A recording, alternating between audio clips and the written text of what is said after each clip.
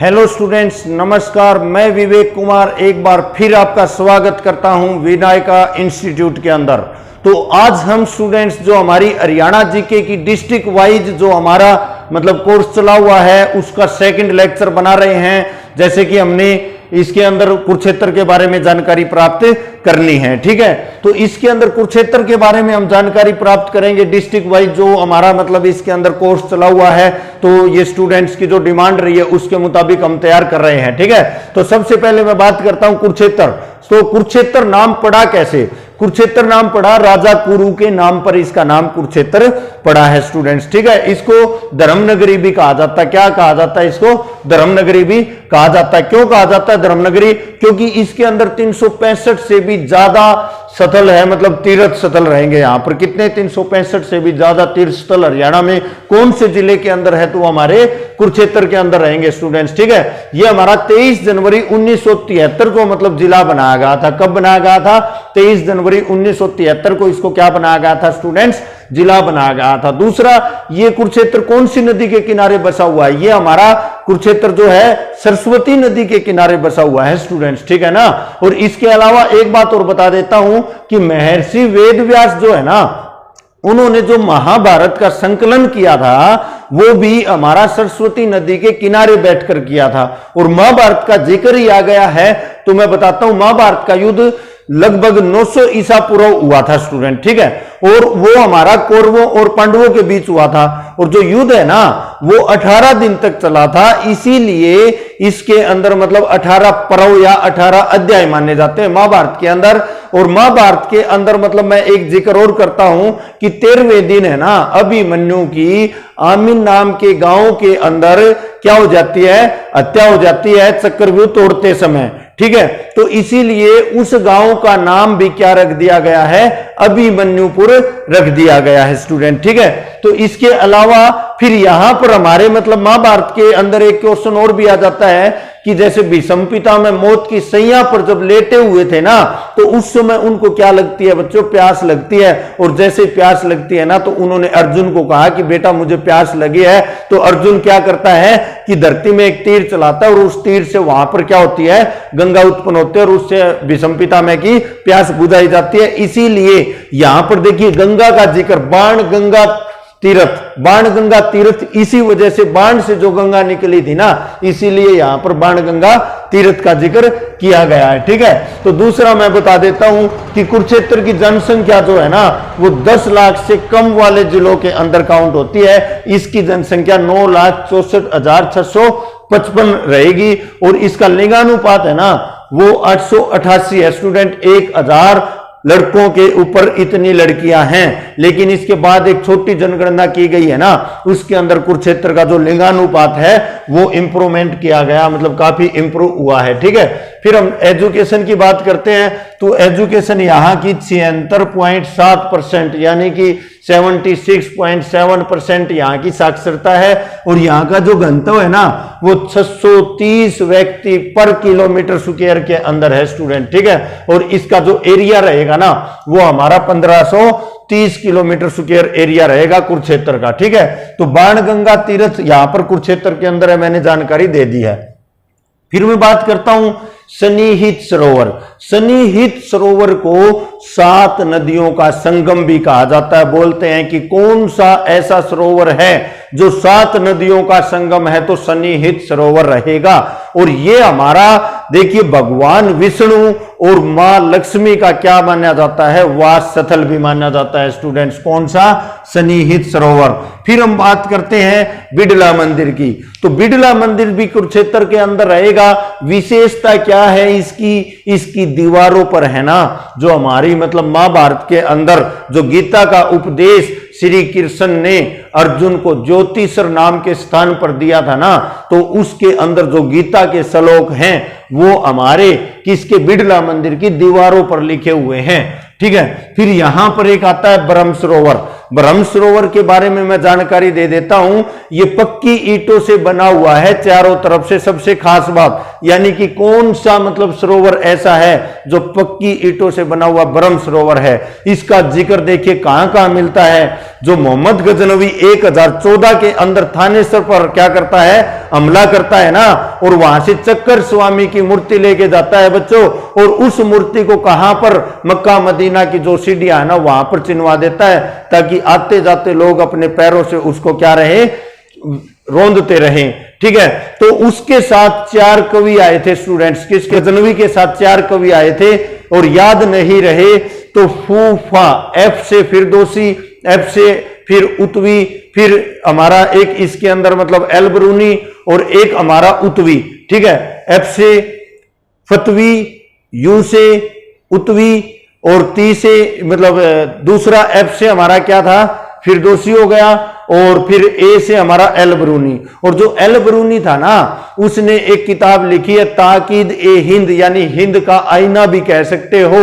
उसके अंदर क्या, कुरुक्षेत्र का जिक्र किया गया है और ब्रह्म सरोवर का जिक्र किया गया है। कुरुक्षेत्र को श्रीकंठ महाजनपद का नाम भी दिया गया है एलबरूनी की पुस्तक के अंदर। ठीक है, दूसरी बात मैं बताता हूं कि एक मत्स्य पुराण है हमारा, उसके अंदर भी ब्रह्म सरोवर को तीनों लोकों में सबसे अच्छा सरोवर बताया गया है, सबसे शुद्ध सतल बताया गया है, और उसी के अंदर भी इसको मतलब श्रीकंठ जनपद कहा गया है कुरुक्षेत्र को। और किसके अंदर फिर हमारे मतलब रहे हैं कौन, हर्षवर्धन का राज्य कवि रहा है, कौन सा, दरबारी कवि रहा है, जिसका नाम था बाणभट्ट। तो बाणभट्ट ने हर्षचरित लिखी, और हर्षचरित के अंदर इसने मतलब कुरुक्षेत्र को श्रीकंठ महाजनपद कहा है। और इसके अलावा जो थानेसर है वो राजधानी बताई है किसकी, हर्षवर्धन की। और इसके अलावा उन्होंने ब्रह्म सरोवर का भी इसके अंदर वर्णन किया है। फिर बात करते हैं हम शेख चिल्ली का मकबरा। शेख चिल्ली का मकबरा थानेसर के अंदर है स्टूडेंट्स। शेख चिल्ली का मकबरा जो है इसको हरियाणा का ताज भी कहा जाता है। शेख चिल्ली का मकबरा बनवाया किसने था, ये दारा सिगो। दारा सिगो कौन था, शाहजहां का बड़ा बेटा दारा सिगो था। ठीक है, उसने उसका मतलब दारा सिगो का गुरु कौन था, शेख चिल्ली था। तो अपने गुरु की याद में उसने ये मकबरा बनवाया था जो हरियाणा के ताज के नाम से मशहूर है। ठीक है, इसके अलावा हम बात करते हैं हर्षवर्धन। हर्षवर्धन के बारे में आपको पता है कि हर्षवर्धन का जन्म 590 ईस्वी में हुआ। बड़े भाई और पिता की मृत्यु के कारण इसको 606 के अंदर क्या कर दिया जाता है, राजा बना दिया जाता है, राजा बन जाता है। इसके बाद 629 में इसके राज्य के अंदर कौन आता है, एक चीनी यात्री हवेन स्वांग आता है। हवेन स्वांग की सियूकी के अंदर भी कुरुक्षेत्र और ब्रह्म सरोवर का जिक्र मिलेगा, थानेसर का जिक्र मिलेगा। ठीक है, तो और वो इसके दरबार में तो 629 में आया है, लेकिन हरियाणा के अंदर वो 633-34 के अंदर आता है स्टूडेंट। और 634 के अंदर इसका युद्ध होता है पुलकेशिन द्वितीय के साथ, और पुलकेशिन द्वितीय क्या करता है, हर्षवर्धन को हरा देता है। और 641 में इसकी बहन राजश्री की मृत्यु हो जाती है, जो कि कन्नौज पर राज करती थी, और इसने एक राजधानी अपनी कन्नौज भी बना रखी थी। और 647 में राजा हर्षवर्धन की क्या हो जाती है, मृत्यु हो जाती है बच्चों। इसके बाद वर्धन वंश के बाद गुज्जर प्रतिहार वंश आता है हरियाणा के अंदर। कौन सा आता है, गुज्जर प्रतिहार वंश। और गुज्जर प्रतिहार वंश का एक राजा 9वीं सदी में राजा मिहिर भोज, जो क्या करता था, पेवा के अंदर घोड़ों का व्यापार करता था स्टूडेंट्स। और पेवा के अंदर घोड़ों का व्यापार 9वीं सदी में करता था कौन, राजा मिहिर भोज। ऑप्शन में ना आए तो रोहतक में भी उसका क्या था, घोड़ों का व्यापार था स्टूडेंट। और दोनों ऑप्शन में आते हैं तो पेवा को आप प्रायोरिटी देंगे। इसके अलावा हम बात करते हैं सिटी ऑफ पारग भी हमारा किसको बोला जाता है स्टूडेंट, कुरुक्षेत्र को बोला जाता है। और ये मैंने आपको बता दिया 1014 में मोहम्मद गजनवी से संबंधित बता दिया है। लेकिन जब इसने यहां पर है ना आक्रमण किया था, उस टाइम पे राजा कौन होता था, राजा जयपाल होता था। और उसी के समय में चक्कर स्वामी की मूर्ति लेके जाता है। चक्कर स्वामी मीन्स विष्णु भगवान। ठीक है, फिर लाडवा विद्रोह हुआ था स्टूडेंट यहां पर कुरुक्षेत्र के अंदर, एक किसके खिलाफ, अंग्रेजों के खिलाफ हुआ था। और उस विद्रोह का नेतृत्व कौन करते हैं, राजा अजीत सिंह करते हैं। ठीक है, इसके अलावा मैंने बाणभट्ट के बारे में बता दिया है। श्रीकंठ जनपद कहा है किसको, कुरुक्षेत्र को। और इसकी रचना कौन सी बताई मैंने, हरिश्चरित इसकी रचना रहेगी। किसका दरबारी कवि था, हर्षवर्धन का दरबारी कवि था। लाओस देश का एक अभिलेख भी मिला है जिसके अंदर राजा देवक ने कुरुक्षेत्र का क्या वर्णन किया है और गुणगान कर रखा है स्टूडेंट, ठीक है। इसके अलावा मैं बात करता हूं एल्बरूनी के बारे में, मैंने बता दिया है किसके साथ आया था, 1014 में मोहम्मद गजनवी के साथ आया था, ठीक है। इसके अलावा ज्योतिषर मैंने आपको बता दिया है, श्री कृष्ण ने अर्जुन को यहां पर गीता का उपदेश दिया था। ये उपदेश क्यों दिया, क्योंकि अर्जुन महाभारत का युद्ध लड़ने से मना कर देता है और फिर श्री कृष्ण ने उन्हें गीता का उपदेश दिया था। और जितने भी श्लोक है वो किसके ऊपर हमारे मतलब लिखे हुए हैं, वो हमारे बिड़ला मंदिर की दीवारों पर लिखे हुए हैं। इसके अलावा एशिया की सबसे बड़ी अनाज मंडी भी हमारी कहां पर स्थित है, कुरुक्षेत्र के अंदर। हरियाणा की तो है ही है बड़ी, लेकिन एशिया की भी बड़ी मंडी है। और आंकड़े स्टूडेंट्स क्या होते रहते हैं, चेंज भी होते रहते हैं, ये भी आपको ध्यान रखना है। आलू सबसे ज्यादा कुरुक्षेत्र के अंदर उगाया जाता है और श्री कृष्ण का संग्रहालय बनाया गया है कुरुक्षेत्र के अंदर अभी लेटेस्ट। कब, ये हमारा 1987 में मतलब इसका मतलब निर्माण स्टार्ट हुआ था और 1991 तक चला था स्टूडेंट। किसका, श्री कृष्ण संग्रहालय का। इसके अलावा मैं एक बात बता देता हूं कि यहां पर एक मतलब साइंस से संबंधित पैरानोमा भी मतलब यहां पर क्या है, कुरुक्षेत्र के अंदर ही स्थित रहेगा। एक यहां पर मतलब जो हमारी कल्पना चावला है ना, उनका भी मतलब एक संग्रहालय कहां पर, कुरुक्षेत्र के अंदर तैयार किया जा रहा है। और फिर हम बात करते हैं गुलजारी लाल नंदा। गुलजारी लाल नंदा भारत के 2 बार कार्यकारी प्रधानमंत्री बन चुके हैं स्टूडेंट, और उनका भी मतलब संग्रहालय कुरुक्षेत्र के अंदर मतलब बनाया गया है और ये पहला व्यक्तिगत संग्रहालय रहेगा भाई, ये बात ध्यान रखनी है आपको, ठीक है। इसके अलावा मगरमच्छ प्रजनन के अंदर, वो भी हमारा कुरुक्षेत्र में। कुरुक्षेत्र में कौन सी जगह पे, ये बोरसैदा गांव है, उसके अंदर रहेगा छिलछिला वन्य जीव अभ्यारण्य, जो कि हरियाणा का सबसे छोटा वन्य जीव अभ्यारण्य छिलछिला है। वो भी कहां पे रहेगा स्टूडेंट, वो हमारा कुरुक्षेत्र के अंदर रहेगा। इसके बाद में बात करता हूं काला तीतर। काला तीतर की जो मतलब ये प्रजनन केंद्र है वो भी हमारा कुरुक्षेत्र लाडवा में रहेगा।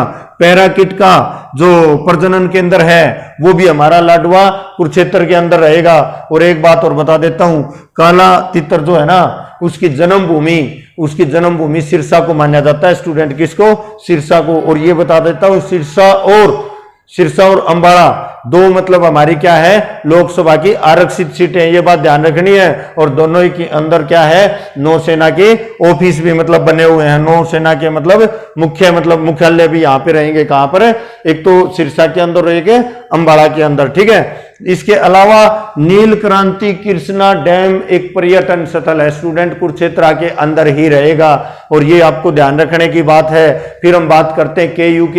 1956 में KUK की क्या होती है, स्थापना होती है। और इसके मतलब 1956 में क्या बनाई जाती है, यहाँ पे ये कुरुक्षेत्र विश्वविद्यालय बनाया जाता है, ठीक है। और इसके उद्घाटन के लिए ना भारत के पहले राष्ट्रपति डॉक्टर राजेंद्र प्रसाद आते हैं। और जब वे यहाँ पर इसका उद्घाटन करने के लिए आते हैं ना, उस टाइम पे कुरुक्षेत्र के अंदर स्टूडेंट्स केवल एक ही मात्र मतलब क्या था, विभाग था इसके अंदर। और वो किस सब्जेक्ट का था स्टूडेंट, संस्कृत सब्जेक्ट का मतलब विभाग था इसके अंदर, ठीक है। शाहबाद चीनी मिल भी हमारी कहां पर रहेगी, कुरुक्षेत्र के अंदर रहेगी स्टूडेंट। पीर 9 गज्जा की मजार है जो कि हमारी कुरुक्षेत्र के अंदर, कुरुक्षेत्र से अंबाला रोड के ऊपर रहेगी। और इसके अंदर कहते हैं कि मन्नत पूरी करने के लिए क्या की जाती है, यहाँ पर एक मतलब यहाँ पर घड़ी चढ़ाई जाती है। घड़ी चढ़ाने के बाद ही यहाँ पर क्या मन्नत मांगी जाती है। इसके बाद हम बात करते हैं विश्वामित्र का टीला भी हमारा कुरुक्षेत्र के अंदर रहेगा। महर्षि दधीचि जो है उनका आश्रम भी कहां पे रहेगा, कुरुक्षेत्र में रहेगा। वशिष्ठ ऋषि जो है ना, उनका मतलब आश्रम भी कहां पे रहेगा, कुरुक्षेत्र के अंदर रहेगा। ब्रह्म सरोवर के बारे में मैंने आपको जानकारी दे दी है, मत्स्य पुराण के अंदर मतलब इसकी जानकारी मिलती है। भद्रकाली पीठ मंदिर यानी कि ये भी हमारा कुरुक्षेत्र के अंदर है। और ये हमारी टोटल है ना 51 शक्तिपीठ है स्टूडेंट, उनके अंदर से एक शक्तिपीठ माना जाता है, कौन, भद्रकाली पीठ मंदिर को। और प्राचीन तीर्थ भी हमारा जो है वो कहां पे रहेगा, कुरुक्षेत्र के अंदर रहेगा। नरकातारी तीर्थ भी हमारा कहां पे रहेगा, ये भी हमारा कुरुक्षेत्र में है। गीता भवन भी हमारा कुरुक्षेत्र में है। बाबा काली कमली वाले का डेरा, बाबा काली कमली वाले का डेरा भी कहां पर रहेगा? कुरुक्षेत्र के अंदर रहेगा। एक बात और बता देता हूं, वैसे तो कुरुक्षेत्र की बहुत सी, हर डिस्ट्रिक्ट की बहुत सी जानकारी होती है, लेकिन मैक्सिमम क्वेश्चंस जो एग्जाम में आए हैं ना, उन्हीं को इंक्लूड किया गया, ठीक है। इसके अलावा भी एक्स्ट्रा जो भी आपको जानकारी मिलती है वो आप मतलब मैक्सिमम मतलब रीडिंग करें, उनकी जानकारी प्राप्त करें और शेयर करते रहेंगे, ठीक है। इसके अलावा हम बात करते हैं गुरुद्वारे। गुरुद्वारा भी यहां पर जैसे है ना, कोई भी काउंटिंग से संबंधित, जैसे कि छठी पातशाही गुरुद्वारा, नवीं पातशाही गुरुद्वारा, ये हमारे कहां पे रहेंगे स्टूडेंट? ये भी हमारे कुरुक्षेत्र के अंदर ही रहेंगे। इसके बाद चंद्रकूप मंदिर की बात करते हैं। चंद्रकूप मंदिर हमारा कहां पे रहेगा? कुरुक्षेत्र के अंदर रहेगा।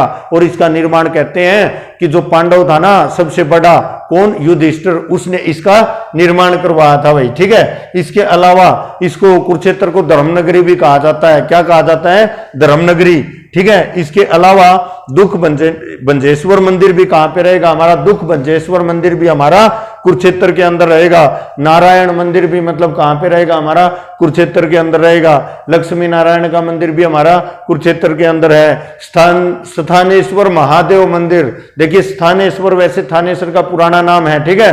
तो थानेश्वर के अंदर भी एक महादेव मंदिर है, ये बात आपको याद रखनी है। तो स्थानेश्वर महादेव मंदिर हमारा थानेश्वर में रहेगा। इसके बाद सर्वेश्वर महादेव मंदिर, ये कुरुक्षेत्र के अंदर है स्टूडेंट, ठीक है। और इसका निर्माण बाबा श्रवणनाथ ने करवाया था, ठीक है।